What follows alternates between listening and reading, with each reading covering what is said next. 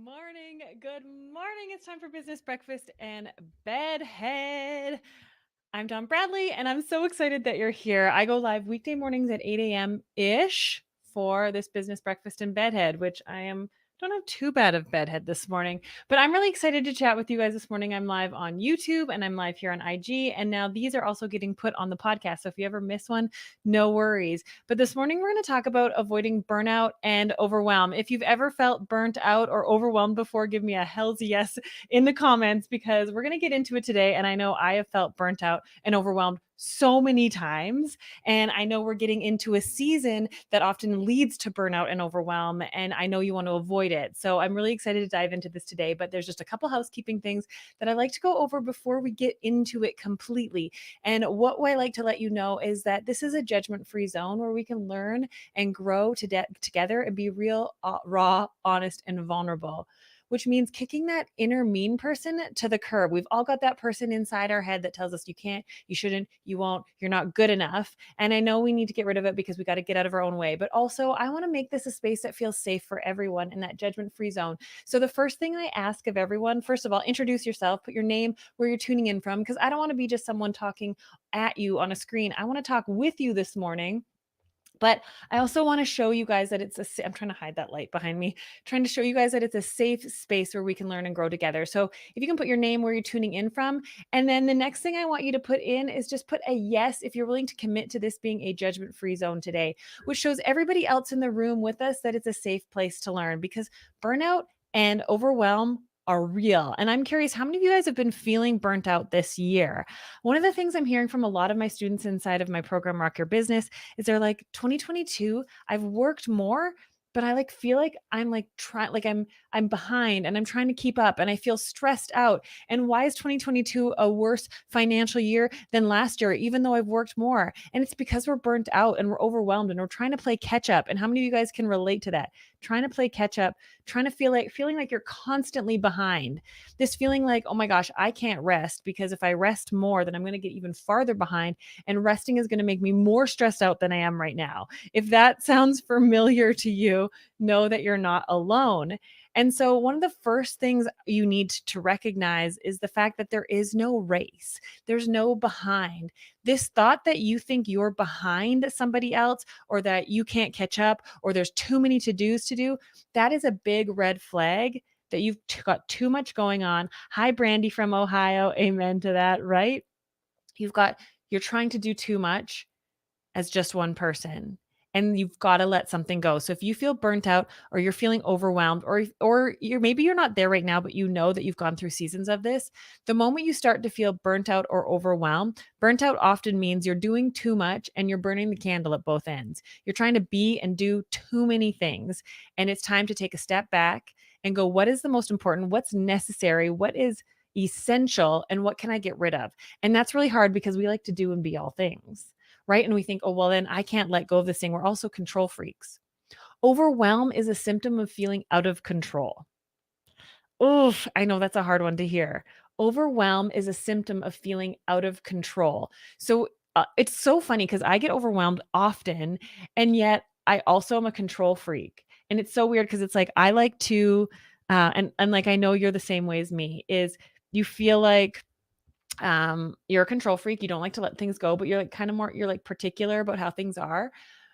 But then when things that you can control are within your control, they're too, it's like, I don't want to be in control of that. So then we try to like go not have control. Like late cancels or no shows. They're actually within our control, but it's because we like to be in control of things that we can predict, but we don't like to be in control of situations that could possibly have an unpredictable response, i.e., a client pushing back, a client being combative, a client being confrontational. You feel me?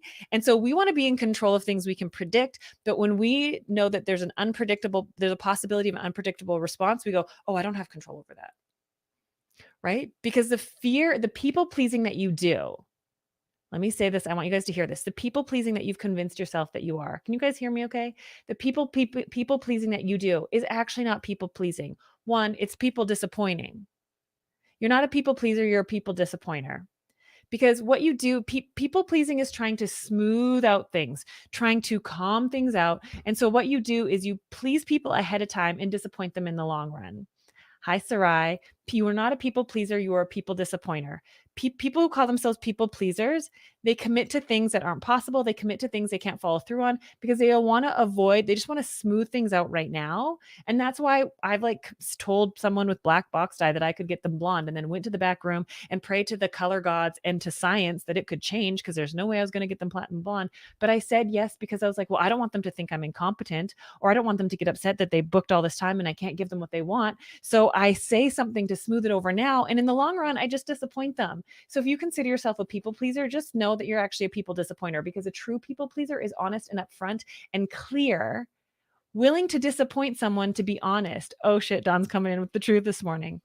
Really. And I use the black to blonde as an example, but we do it in all sorts of other ways. Like a true people pleaser would say, hey, I want to make sure that you're happy. And it's really important for me to you to leave with, beautiful hair. And I got to be honest. I'll bring all my skill and talent, but the reality is getting you from black box dye to platinum blonde today is a very small chance. There could be a possibility if we take however many hours and we do it right, but I got to let you know I'm coming with all my skill and talent. I can do the best I can, but a predictable or a reasonable outcome of this could be blank. And we shy away from that. We say, oh yeah, for sure, not even thinking about what we're saying. Yeah, for sure too. And then we walk away and we go, holy crap, what did I just do? Or like, I just overbooked myself, or I just said I would come in on the day off and I won't have a day off for 21 days now because I just wanted to make that person happy. But the reality is that people pleasing is not about pleasing other people. The people pleasing you do is about creating a predictable response out of the other person. We would rather sacrifice ourselves and our happiness and our well-being to make sure we get a predictable response from someone else. It's not about pleasing another person. It's about creating a predictable response and interaction. Are you guys with me on this? People pleasing is not about pleasing another person. It's about creating a predictable response so there's no volatile, risky situation. Because those of us are people pleasers. We're empathetic people. We take on the emotions of other people. And so we call it people pleasing, one, to make sure that we can predict how they respond. But the reality is that when you learn to communicate well and you learn to not overcommit and you learn to get in control of the things that you know you can have control over, you learn that people pleasing is being honest, upfront, kind, and clear. Even when you have to disappoint someone, I always say, like, I would rather disappoint someone by saying, hey, I'm not the hairstylist for you. Or I got to be honest, I have skill and talent, but I just don't know that I can predict how this will come out. And I want to make sure you understand that now because I'm going to bring all my best skill. But the reality is there is a risk that exists. Then I'd rather them understand that than being backpedaling at the sink, being like, I don't know why your hair's orange. Or like, I thought I told you that there's always been this risk. And your client's like, well, I don't know. I'm not a professional. Right? Being clear is kind, being upfront and honest, saying, hey, I know you've booked in for this and I really wish I could do this for you, but I got to be honest. I'd rather you be disappointed that you didn't get your hair done or whatever service you provide your hair done today than be disappointed with an outcome that then now has to get fixed, right? I'd rather disappoint you in the beginning than disappoint you in the end with something that doesn't work out. And so I know I'm talking about avoiding burnout and overwhelm, but like that's part of it is we commit to things that we can't follow through on. We commit to getting results that we aren't 100%. And I tell this to every single client I see, I can never 100% guarantee a result. Even if I've been doing your hair for 10 years, I have more information and more knowledge that I can give a better prediction at a higher percentage. But you as the client, you're a variable every time you sit in my chair. Your health, your medication, your diet can change the way your hair reacts. And I've had clients that I've seen for 10 years put 5N root retouch on their hair all the time. And then one time it went fire engine red. We couldn't figure it out. She's like, I'm on a new arthritis medication. I was like, maybe. I mean, we could send your hair away to a lab and try and find out what it is. But then, even still, there's no way to predict it 100%. And so, the more we can get clear and honest, being okay with telling someone there is a possibility that this won't turn out, or hey, I would love to squeeze you in. Let me look at my schedule, but I got to be honest with you. I'm pretty fully booked, and I got to be careful about overcommitting because I've overcommitted myself in the past, saying, well, I'm not working that 23rd hour of that day. Why not book myself in?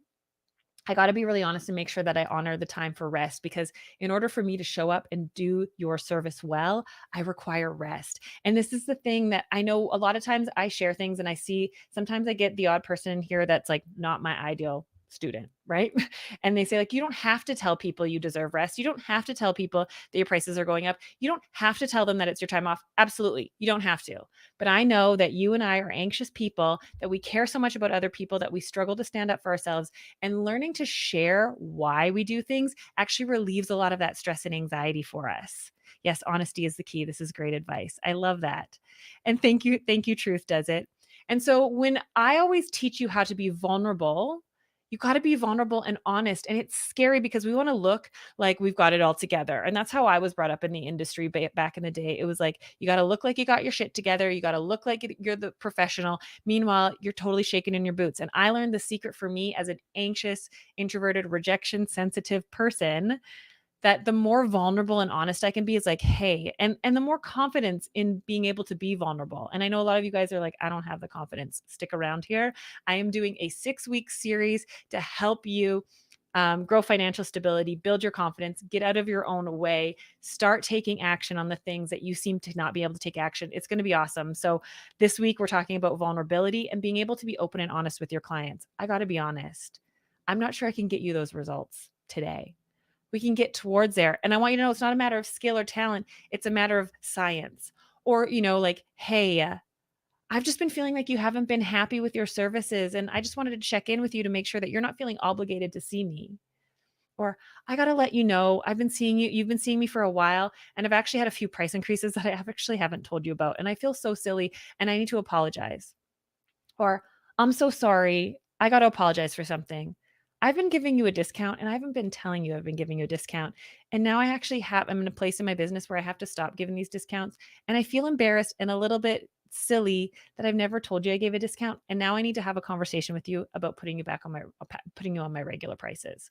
And when you own it from that place and you start from a place of vulnerability, fake it till you make it is pretty toxic. Yeah. It opens up this like, okay, they know what's going on too. They're in on the conversation. They understand. And how many of you guys feel like, oh my gosh, that's like such a sigh, like a breath of fresh air, like, oh, that weight is taken off. I don't have to pretend like I have it all together. It's okay. Like your greatest strength is being able to admit your weakness. And this week on the so there's a new podcast episode out today. And if you guys want to hear a juicy story about how I royally fucked up, like I'm sorry if your children are near you right now. And I just use that word, like royally screwed up with a close friend of mine. The nastiest side of myself was exposed. We've all got, our shadow sides. We've got parts of ourselves that we don't like and we're trying to work against. And I was talking about my friend's life to someone else. And then I looked at I don't want to give it away, but basically I sent a text that I shouldn't have sent. And I had to eat my words. And all I wanted to do was run away and make an excuse. And how many of you guys, if you're being really honest with yourself, know a time, whether it's in your life or your business, that if you were really honest with yourself, you're like, I totally flubbed up, but I was too scared to admit it because it's too embarrassing. I couldn't even admit it to myself. So I created an alternate story in my brain about what happened. And I've just like doubled down on that story to myself so much that I've convinced myself that that's truly what happened, so that I don't feel so shamed by myself and embarrassed about how much I messed up. And that's what today's podcast episode is out. So if you don't follow or you're not subscribed to The Anxious Creative on wherever you listen to podcasts, go listen to it. These lives are also getting added Tuesday to Friday, so that like today's live will be on tomorrow for the podcast. So we've got 6 episodes a week for you, but one formal one every Monday. And talking about one of your closest friends to somebody else and then accidentally sending them a text where your phone did voice to text. But I think you'll really enjoy the resolution and what happened after. Yeah, this is so real.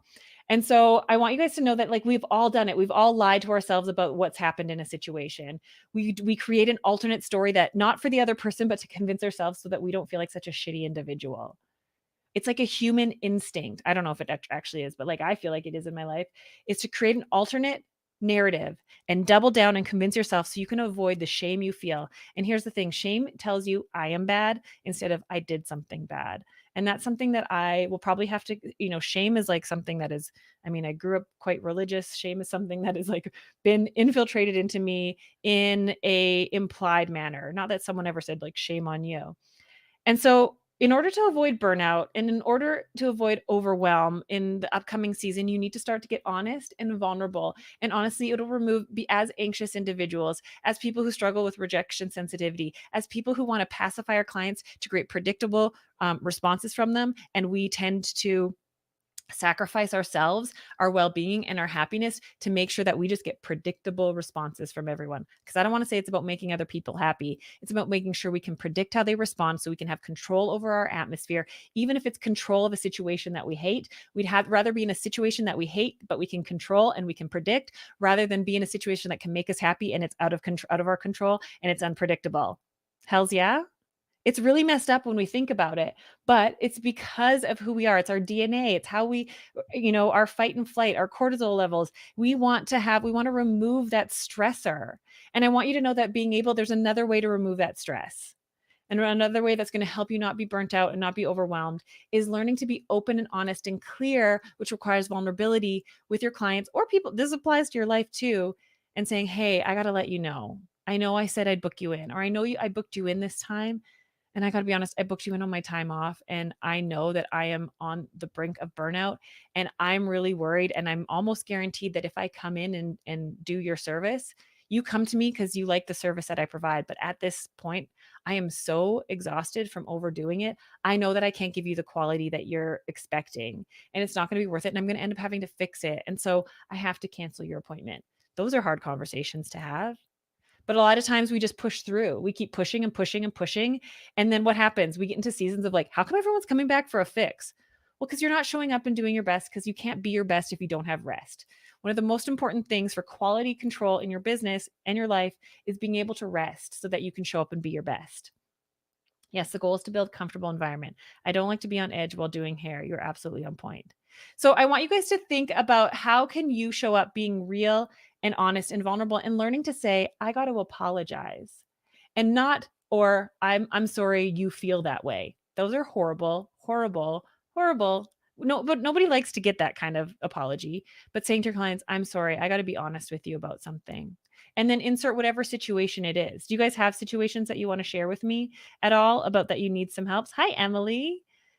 A situation that maybe you're feeling like, well, I'm too deep in. Like, Dawn, I'm already overbooked for the next month. I don't know what to do. How do I navigate this with clients? Or I have a client coming in that I said yes to, and like, I don't do this service well, or I don't know what I was thinking. Know that I'm here, and that's what these lives are for. And these are the things that I dive deeper inside of, my program Rock Your Business, which, by the way, is going to be opening up for enrollment on January 9th, I believe. And that's why I'm doing the 6-week um what I call it, a 6-week stint series on how to better your business and yourself from a place of self-care, self-value, building your confidence, building your self-worth, your self-esteem so that you can be more financially stable, so that you can give better client experience. You can attract better clients. That's where it comes in from. And those of you guys that didn't know, I'm just going to pop this out there. I hide in the bathroom for mood breaks because if I don't feel right, I feel the hair doesn't come out. Yes. I mean, I always use this example I used to babysit a lot in high school. And when the parents weren't around, I would like be goofy and fun and like playing with the kids. But if the parents were there, I was like, ugh, I felt like I was being watched. And so when I don't feel comfortable and confident, I don't do my best work. And it's not that the parents, when I was babysitting, were like watching over me. It was just like you felt like someone was watching you. And so know that you need to, for whatever it is for you, you need to feel comfortable and confident and assured. And if you don't feel that way, either you need to assess and go, is it me? Is there something I could be doing? I mean, here's the thing is like, we can't just go, well, I don't feel confident, so I need to like remove everything. Sometimes it's a us thing. Sometimes it's a me thing that you got to work through and you're like, oh, I'm telling myself I'm not confident, therefore I'm not going to be confident. But what if I looked myself in the mirror and said, I'm a big deal and I can do hard things. You don't feel confident right now, but here's the proof that you are worth it. You've got the skill and talent, you've got the value. And at the end of the day, there is no way to make everyone happy. And it's hard in a service industry, in the beauty industry, where good or results are subjective. You could love what you did, your client could hate it, and you're both right. It's not about, you go to an art gallery and you're like, that's shit. I don't like that. That's awful, but I love that. Meanwhile, the other person's like, I hate that, but this is great. It's subjective. And that's what makes our businesses and our jobs so hard. And so knowing if your client likes it or doesn't like it or wants something tweaked or has it resolved, we're rejection sensitive people, which means we take like critique or perceived rejection so hard. And so if you're like me like that, where even if they're not rejecting you, but it feels like it, you just double like I made beef stroganoff this weekend and I forgot to put a lid on it, so it boiled and it dried out and it was really dry and I was beating myself up for it and I felt so embarrassed and I was like, I'm a loser. I suck at cooking. Clearly I'm not good at this. And it's like, wow, why did I went down this deep dark rabbit hole instead of going, "Oh, I forgot something. I don't suck. I'm not a terrible cook.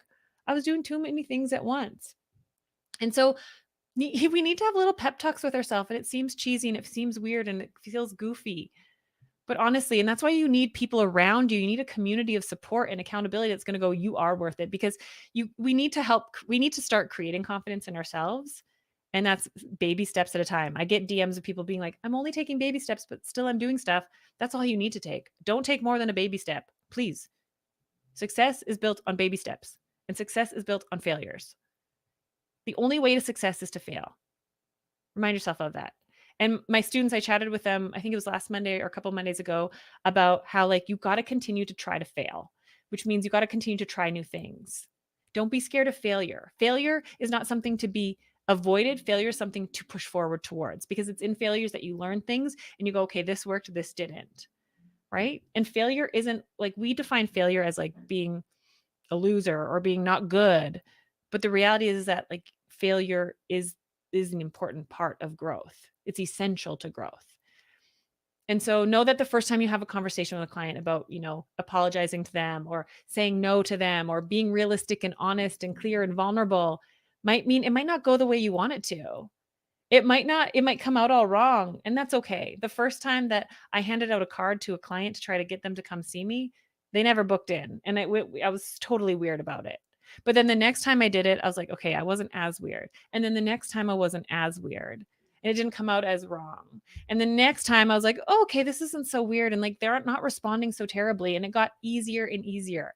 But the key to this is to continue to do it. You don't do something once, feel uncomfortable, feel embarrassed, feel like a loser, call yourself and you're like, I didn't get it right. It's just easier for other people. It's only easy for those other people because they continued to do it when they felt like a loser, when they felt like a failure, when they felt like they sucked at it, when they felt like they embarrassed themselves.